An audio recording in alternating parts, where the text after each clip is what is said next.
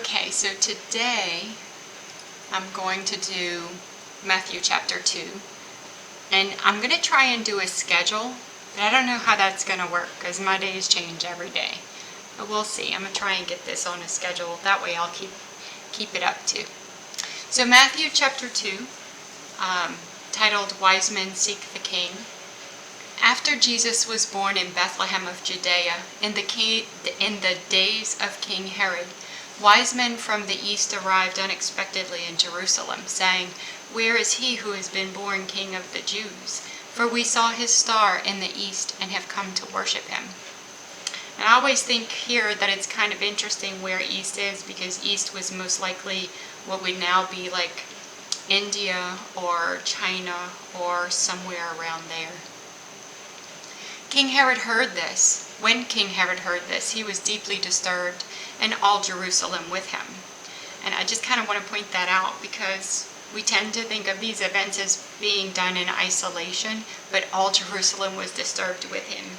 So that means a lot of people knew. So he assembled all the chief priests and scribes of the people and asked them where the Messiah would be born.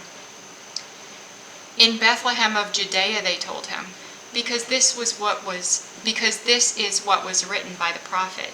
"And you, Bethlehem, in the land of Judah, are by no means least among the leaders of Judah, because out of you will come a leader who will shepherd my people Israel."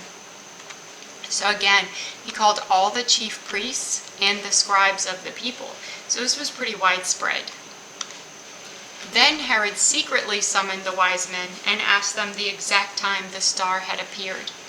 He sent them to Bethlehem and said, "Go and search carefully for the child. When you find him, report back to me so that I too can go and worship him." So back to the wise men. So they saw the star wherever they were, and then they began traveling to Bethlehem. So when we read later on about the children 2 years old and younger, you have to think about the fact that it took them time to journey. They had to see the star, make a decision to go, get everything ready to leave, whatever that meant from where they were, and then begin the journey. And since we don't know how far away they were, it could have taken quite a while. After hearing the king, they went on their way, and there it was, the star they had seen in the east. It led them until it came and stopped above the place where the child was. When they saw the star, they were overjoyed beyond measure. Entering the house, they saw the child with Mary his mother, and falling to their knees, they worshipped him. One sec. Then they opened their treasures and presented him with gifts, gold, frankincense, and myrrh. And being warned in a dream not to go back to Herod, they returned to their own country by another route. After they were gone, an angel of the Lord suddenly appeared to Joseph. I'm linguistically challenged today. After they were gone, an angel of the Lord suddenly appeared to Joseph in a dream, saying, "Get up, take the child and his mother, flee to Egypt, and stay there until I tell you. For Herod is about to search for the child to destroy him."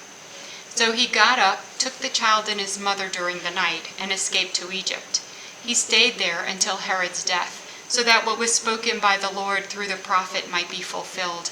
"Out of Egypt I called my son." Then Herod, when he saw that he had been outwitted by the wise men, flew into a rage.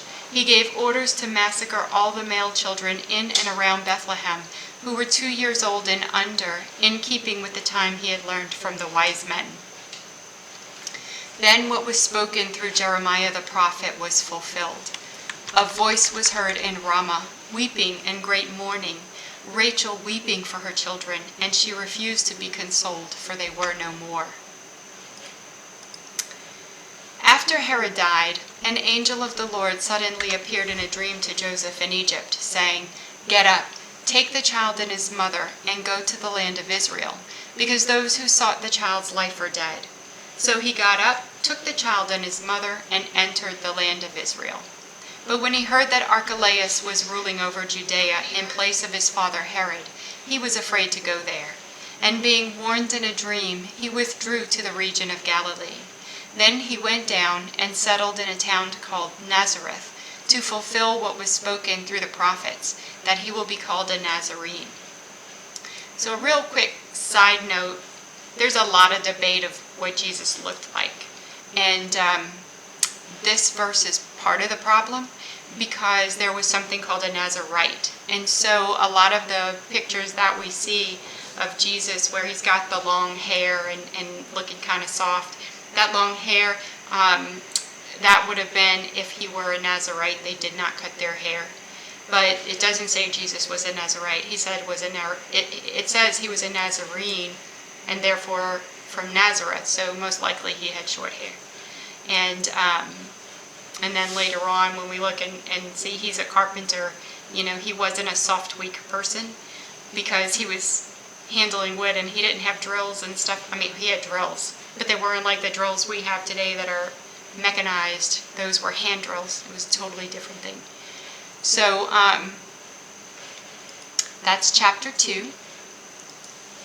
And I'm going to try and set a schedule, like I said, and then make sure that I get this done every day. But I would love for anybody to hop on and chat about it. It's just fun.